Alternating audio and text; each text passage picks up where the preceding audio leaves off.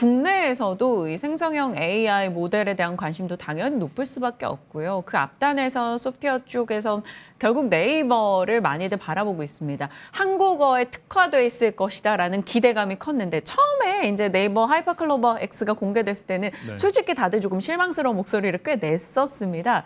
기대치가 너무 높았던 맞습니다. 거죠. 그런데 결국에는 이쪽에서 뭐 앞으로 계속해서 성장해 가겠지, 기술 발전이 있겠지라는 기대들을 안고 있어요. 본부장님께서는 어떻게 보시는지 궁금하고 네.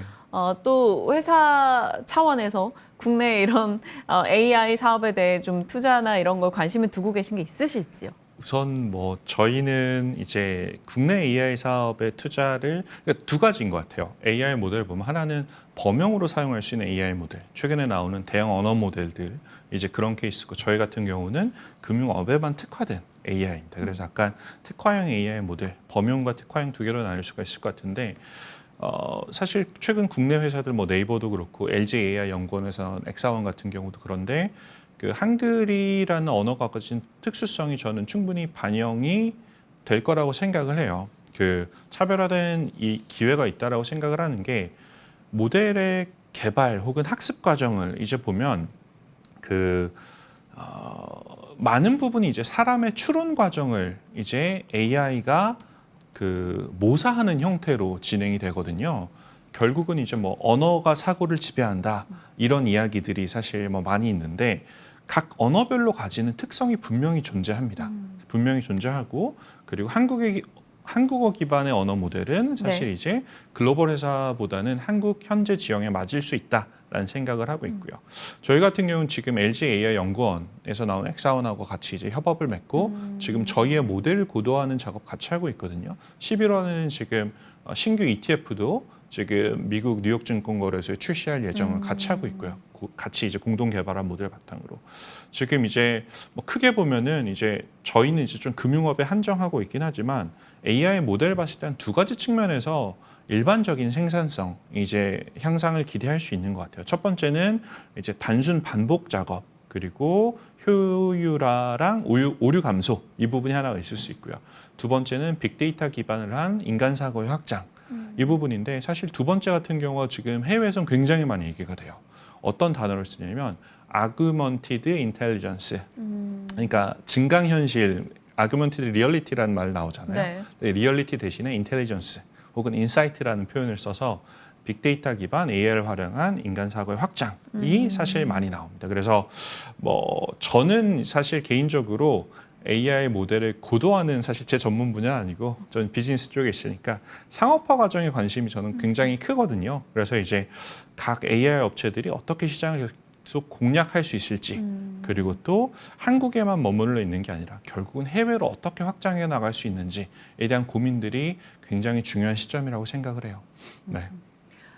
그런데 사실 AI 시장이나 뭐 이런 성장에 계속 걸리는 부분이 하나가 당연히 있을 겁니다. 바로 규제인데요. 일론 머스크가 AI 규제 뭐 반드시 필요하다라고 계속 외침을 하고 있고 유럽 연합에서도 뭐 최초로 인공지능 규제법 초안을 만들기도 했었고 요번에 또 AI CEO들 뭐 빅테크 CEO들이 모였을 때 AI 규제에 대한 얘기가 나왔습니다. 이 부분도 뭐 당연히 필요하겠죠. 그런데 성장하는 과정에서 이게 어떤 영향을 미칠지 궁금해요. 저는 사실 규제에 찬성하는 입장이에요. 결론부터 말씀드리면 그 AI의 윤리적인 문제는 그 AI 업계도 그렇고 또 사회 전체적으로 봤을 때 너무 중요한 문제예요. 맞아요. 그리고 사실 과학기술의 본질 자체가 협력이라는 거에 이제 기반을 둔다라고 하면 그 특정 과학기술 같은 경우도 사회 구성 존재로서의 사실 의의가 굉장히 중요하거든요. 그래서 이제 과학 발전 과정에서 사회적인 함의가 필요하다라고 생각하고 있고 사실 비윤리적인 과학기술 발전 같은 경우는 단기적으로 생겨날 수는 있겠지만 장기적으로는 사실 사회 구성원의 지지를 못 받는다라고 하면 불가능하다고 그럼요. 생각을 해요. 비윤리적인 뭐 AI뿐만 아니라 나머지 과학기술 다 마찬가지인데 규제 논의 배경은 저는 한 두 가지 정도로 생각하고 있는데 첫 번째는 사실 예상보다 생성형 AI의 성능이 너무 빨리 올라왔어요. 챗GPT 같은 경우도 사실 그런 게 처음 모델이 나온 지 이제 한 2년 반 정도 됐거든요. 처음 모델은 사실 지금과 같은 생성형 AI라기보다는 그냥 챗봇 같은 느낌이었어요. 그냥 저장돼 있는 답변을 주는 네. 챗봇 같은 느낌이었다면 이제는 진짜 사람하고 얘기하는 것 같네. 나보다 더 잘하는 것 같네. 이런 수준으로 일반적인 대중보다는 어떻게 보면 특정 분야에서는 더 잘하는 그런 답변을 내놓다 보니 거기에 대한 두려움이 쭉 있고요. 두 번째는 사실 인공지능이 가진 특성 중에 하나가 네. 그 알고리즘이라고 보통 얘기를 많이 하잖아요. 알고리즘의 경우는 그 선택지를 계속 준다라고 생각하면 돼요. 그래서 여기서부터 끝에 답변이 나왔을 때까지 왜 이 답변이 나왔는지 추적해 나갈 수가 있어요. 근데 인공지능 같은 경우 특히 이제 딥러닝 모델을 사용하게 되면 여기서 시작된 답변이 여기까지 왔을 때 왜 이게 의사결정이 됐는지에 대한 정확한 답변을 줄 수가 없어요. 사람하고도 비슷해요. 예를 들어서 사람의 답변은 제가 지금 이렇게 얘기하고 있긴 하지만 직관에서 사실 나온 거거든요. 제가 이 답변을 왜 하고 있는지 저는 정확히 설명할 수 없어요. 네. 그렇기 때문에 AI도 똑같아요. 그렇게 이해할 수 없다. 내가 다른 사람이 봤을 때 이 AI 의사결정을 100% 해석할 수 없다라는 그런 두려움이 이런 이제 AI 규제의 논의 배경이 되는 것 같고요. 다만 이제 규제에 대한 필요성에도 불구하고 항상 기술 자체는 네. 보면 이제 규제 속도보다 빠르게 나왔던 건 사실입니다. 그래서 본격적인 규제가 시작되기까지는 시간이 걸릴 거라고 생각해요. 한 1에서 2년, 짧아야 사실 1에서 2년 정도의 규제 기간이 소요가 된다고 생각하는데 그 전까지는 사실 업계 안에서 이제 그 자체적으로 최대한 윤리 규정, 보편적인 상식에 입각한 그 윤리 규정을 지키면서 모델을 개발하는 게 중요하지 않을까라는 생각을 합니다. 과학기술도 결국에는 사회 구성원으로 생각을 했을 때 규제가 타당하다라고 말씀 주시니까 저도 좀 같이 확 와닿다는 느낌을 좀 받고 있습니다.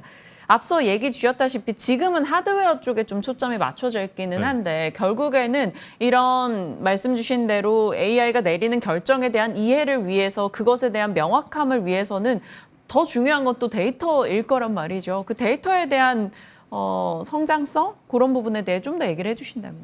네, 그 아까도 잠깐 데이터 보유 기업의 중요성에 대해서도 말씀드렸는데 최근에 이제 어떤 말들이 많이 나오냐면 한국도 마찬가지고 해외도 마찬가지일 것 같은데 영어로 그냥 쓰면 Data is new oil of the digital economy. 그래서 디지털 경제에서는 데이터가 새로운 석유다라는 네. 이야기들이 많이 나와요. 그 new oil 대신에 아예 money라는 단어도 표현이 돼요. Data is new money. 데이터가 새로운 돈이다라는 얘기도 나오는데 결국은 이제 데이터를 가지고 있는 데이터 보유권을 가지고 있는 기업들이 사실 독점적인 지위를 저는 가져나갈 거라고 생각해요. 향후에는. 그렇기 때문에 사실 테슬라 같은 경우도 나머지 그 기업들과는 아예 다른 밸류에이션을 가지고 있었던 게 그들이 그 자율주행을 위해서 확보한 방대한 데이터셋 때문에 평가를 받았던 것도 있거든요. 그리고 이게 뭐 데이터 같은 경우가 한번 조명이 다 되고 나면 저는 그 다음에는 제대로 된 AI 노하우를 가진 이제 기업들의 성장이 시작될 거라고 생각을 합니다. 약간 이제 어떻게 보면 소프트웨어 쪽이지만 범용이 아니라 특화형 소프트웨어 쪽으로 조명받을 거라고 생각하는데 이게 그 제가 생각하는 논리는 대형 기업들, 대기업들 같은 경우는 지금 이제 나오는 LGAI 연구원이나 네이버 클로에서 나오는 뭐 하이퍼클로버 같은 라지 랭귀지 모델은 좀 달라요. 이건 범용 모델이기 때문에. 근데 사실 이거를 그 뭐 예를 들어서 하나의 예를 들면 모건 스탠리 같은 경우는 이제 최근 들어서 챗GPT를 도입하기 시작했어요. 그 고객과 그 투자 응대를 하기 위한 솔루션 중에 하나로 챗GPT를 도입을 했는데 왜 챗GPT를 도입했을까? 모건 스탠리 같은 대형 기업이 내부적으로 만들지 않고 대형 기업들은 기본적으로 뭔가 내가 AI를 해야 된다라고 하면 굉장히 강력한 딜레마에 들어가게 돼요. 첫 번째로는 성능이 좋아야 되고 또 두 번째로는 런칭하기 실패하면 안 돼요. 왜냐하면 실패하게 되면 예를 들어서 뭐 특정 금융 대기업 같은 경우는 이 금융 대기업은 AI를 실패했다라는 낙인이 찍힐 수가 있거든요. 그렇기 때문에 사실 굉장히 조심스러울 수밖에 없어요. 잃을 게 많은 거. 잃을 게 너무 많습니다. 그렇기 때문에 이제 그 파트너사를 사실 많이 찾는 경우들이 생기고요. 저희 같은 경우도 그런 것 때문에 최근에 이제 뭐 글로벌 금융기관 중에 하나는 BNP 파리바 같은 곳과 이제 협업 맺고 이제 솔루션을 공급을 하고 있는데 스타트업 같은 경우는 이런 실패로부터 사실 자유로워요. 상대적으로. 물론 저희가 만드는 솔루션들 혹은 나머지 스타트업들이 만드는 솔루션이 실패를 하면 안 되긴 합니다. 고객한테 공급하기 때문에. 다만 이제 이런 실패의 두려움으로부터 자유롭기 때문에 노하우를 지금까지 많이 쌓아왔다라는 말씀 드리고 싶어요. 그래서 그런 식으로 이제 고도화된 이제 특화형 AI 솔루션을 가진 기업들이 데이터 기업들 이후로는 다시 한번 조명을 받지 않을까라는 생각을 하고 있습니다. 좋습니다. 그렇게 말씀 주시니까 더 궁금하네요. 이 크래프트 테크놀로지스가 내다보는 그 AI 기술을 활용해서 보고 있는 시장에 대한 네. 뷰는 어떤지, 앞으로 성장은 어느 쪽에 초점을 두고 계시는지 궁금합니다. 지금 장도 좀 어지러운데 맞아요. 기술 기반으로 좀 전망해 주신다면요. 우선은 이제 저희가 보는 전망이 장기 전망은 사실 잘 안 나와요. 장기 전망은 사람이 하는 거고 AI가 장기 전망하는 건 저는 현재로서 무리가 있다라고 생각을 합니다. 그래서 저희가 나오는 보통 일주일 아니면 한 달 정도 전망이 나오는데 지금 이제 제일 불안했던 게 지난주에 유가가 막 90불 이상으로 올라가면서 지금 다시 시장이 좀 흔들리고 있는데 저희 모델은 현 시점에서는 최소한 이번 주 같은 경우는 어떻게 보냐면 글로벌 유가가 올라가는 상황에서도 사실 반대로 이제 미국의 물가 지표 같은 경우는 기대 수준으로 나왔거든요. 그리고 미국의 인플레이션 기대치 같은 경우 오히려 지금 떨어지고 있어요. 네. 1년 내 최저 수준까지 떨어지고 있어서 데이터들만 보고 시장을 봤을 때는 저희 모델은 현재 시장의 하방 위험이 크지 않다라고 판단하고 있고요. 보는 지표가 한 3개 정도가 되는데 첫 번째는 이제 미국 시장의 변동성, 두 번째는 미국 장기 국채와 주식 시장의 상관관계, 마지막으로는 미국 시장의 1개월 모멘텀 이 세 가지를 현재 중요하게 보고 있습니다. 보고 있는데 지금 변동성 같은 경우는 빅스가 그래도 한 13, 14 정도니까 3년 내 거의 최저 수준이에요. 네. 그 투자자들의 심리는 불안하지만 실제로 변동성 지수는 지금 역사적으로 최저 수준까지 떨어져 있는 상태고요. 두 번째는 이제 상관관계에 대한 이야기가 나오는데 자산 배분 투자하시는 분들이 제일 많이 보시는 게 상관관계거든요. 주식이 올라가면 채권이 좀 이제 반대로 움직이고 주식이 빠졌을 때는 채권이 좀 올라가면서 이제 역외관계로 움직이는 게 자산 배분 모델의 가장 기초적인 전망 중에 하나인데 이 전망이 기본적인 특성이 사실 작년에 무너졌습니다. 무너졌던 게 올해는 그래도 회복이 되는 것 같아요. 지금 회복되고 있고 미국 시장 같은 경우는 올 상반기처럼 빠르게 오르진 않아요. 다만 지난 1개월 기준으로 보면 1.8% 가까이 오르면서 천천히 올라가는 그런 모습 보이는 게 저는 개인적으로는 일반적인 상승장의 좀 특성이 아닌가라는 생각을 좀 하고 있습니다. 그래서 악재를 어느 정도는 잘 소화하는 것 같아요. 네. 악재를 좀 잘 이겨 나가고 있는 장으로 뭐 지금보다 좀 최악의 상황에 뭐 도달할 가능성보다는 그래도 극복의 힘을 좀 더 실어 주셨어요. 그렇다면 그 전망에 뭐 입각해서 유망하게 좀 보고 계시는 분야는 어디인지 뭐 네. 섹터나 혹은 기업으로 말씀 주셔도 좋고요.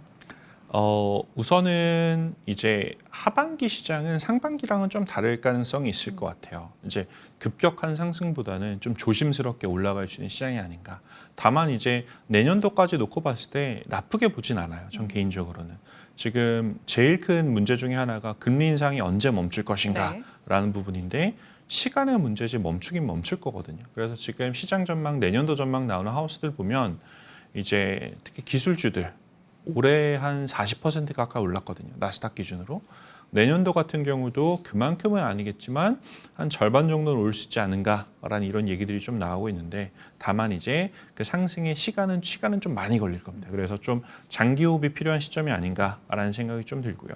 하반기 같은 경우는 이제 개별 종목 장세가 이어질 가능성이 크다고 봐요. 그래서 이 부분에서 보면 이제 그 지금까지 나왔던 주가들을 좀 보긴 해야 되는데 상반기는 이제 매그니피선 7이라고 M7 종목이 끌고 갔거든요. 근데 하반기 같은 경우도 계속 끌고 갈 수 있을까라고 보면 이제 지금 고유가 혹은 고금리 상황이 얼마만큼 지속되는지에 따라서 M7을 제외한 나머지 종목들이 오히려 올라갈 가능성도 있다라는 생각이 들고요. 지금 유가에 대한 불안이 사실 존재를 하는데 지금 현재 시장 방향성 결정하는 두 가지 가장 큰 변수는 유가하고 고용 지표예요. 근데 고용 지표는 제가 봤을 때는 트렌드를 형성하면서 페드가 원하는 방향으로 지금 조정이 되고 있고요. 유가 같은 경우는 사실 페드가 단독으로 결정할 수는 없습니다. 다만 유가의 불안은 존재는 하지만 일정 수준으로 사실 이상 올라간다라고 하면 과거에도 그랬던 것처럼 미국의 셰일가스가 현재 고유가의 완충제 역할을 할 가능성이 있다라고 생각을 해요. 그래서 그 부분을 감안하면 단기적으로는 불안하겠지만 장기적으로는 이제 정상적인 시장으로 돌아가지 않을까라는 생각이 듭니다. 그렇다면 정말 단도직입적으로요. 상반기를 이끌었던 AI 뭐 필두로 한 빅테크 쪽은 그래도 속도가 조금 둔화될 것이고 맞습니다. 상승에 대한 속도가 시장에선 유가를 생각했을 때는 에너지 혹은 뭐 산업재 이런 쪽에 관심을 둬야 되는 거예요. 그 에너지하고 산업재 같은 경우는 이제 저는 그 둘 중에서는 산업재가 좀 더 나을 것 같아요. 산업재 같은 경우가 경기 회복에 대한 기본적인 기대주기도 하고 네. 그리고 사실 그 현재 지금 시장에서 나타나고 있는 여러 가지 매크로 데이터 보면 그 방향으로 가는 게 맞고요. 에너지 같은 경우는 이제 갑로들박이 사실 좀 많은 종목 중에 하나입니다. 그 전통적으로 에너지 기업들 같은 경우는 이제 그 뭐라 그럴까요? 돈을 만들어 오면 최대한 배당하고 배당이 굉장히 높은 종목이었거든요. 재투자를 안 했던 기업들이에요. 대표적으로. 특히 지난 한 10년, 15년간 ESG가 화두가 되면서 에너지처럼 이제 환경에 악영향을 끼치는 기업들에 대한 투자가 사실 줄어들었던 것도 맞고요. 그래서 이 부분은 조금 더 지켜보긴 해야겠지만 에너지 기업들 같은 경우는 이미 사실 작년 2022년에 그 유가하고의 트렌드가 완전히 깨졌거든요. 네. 보통 유가 트렌드 따라서 에너지 기업들 가격이 형성이 되는데 그 별도로 이만큼 사실 올라갔었어요. 그렇기 때문에 현 시점에서 고유가가 뭐 3개월 이상 혹은 완전히 장기적으로 이어진다라고 하면 에너지 기업들이 재조명 받을 확률이 크겠지만 현재로는 아직 그거를 판단하기에 장기 트렌드가 형성됐다라고 보긴 좀 어려울 것 같습니다.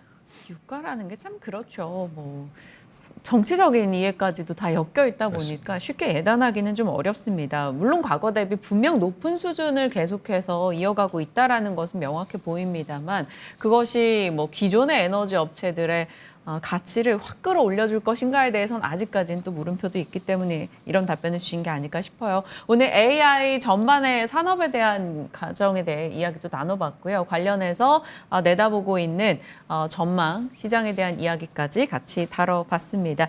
자, 크래프트 테크놀로지스의 오기석 법인장과 함께했습니다. 고맙습니다. 감사합니다.